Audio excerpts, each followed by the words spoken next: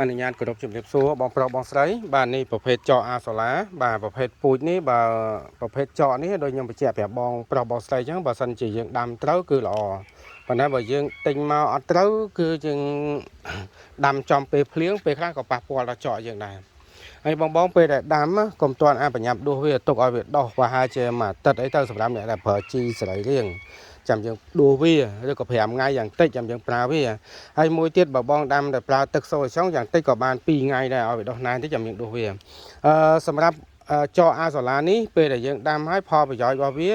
ទី1យើងលក់បានលុយ1គីឡូ3000 4000 5000គឺយើងលក់បានចំណូលទី1ទី2ផលប្រយោជន៍គឺតើតើធ្វើជាចំណីមាន់ធ្វើជាចំណីត្រីធ្វើជាចំណីខ្យងកាត់បន្ថយលុយទិញចំណីបានសឹងតែ80ឬក៏100%បាទហើយពេលខ្លះគឺយើងអត់មានចំណាយលុយទិញចំណីទេយើងលក់ចកយកលុយវិញយើងអត់មានដកលុយកប៉ាវទេយើងបានលុយពីចកយើងយកទៅទិញចំណីអញ្ចឹងមានន័យថាសាមតលនោះគឺស្មើ0មានន័យថាស្មើ0នោះមានន័យថាយើងអត់បានដកលុយកប៉ាវខ្លួនឯងទេយើងដកលុយពីការលក់ចកនេះទៅឲ្យទៅយកទិញចំណីហើយបន្តមកទៀតយើងយកចំណីហ្នឹងឲ្យត្រីយើងស៊ីបាន50%ឬក៏30%ក្រៅពីហ្នឹងយើងដាក់ចក50%ឬក៏80%បាទនេះបងណាចុះឲ្យផលប្រយោជន៍មួយទៀតនោះគឺតើតើវាធ្វើឲ្យទឹកស្អុយទេបាទទាំង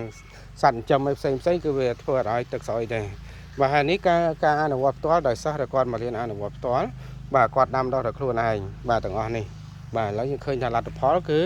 ដុះល្អបាទអរគុណ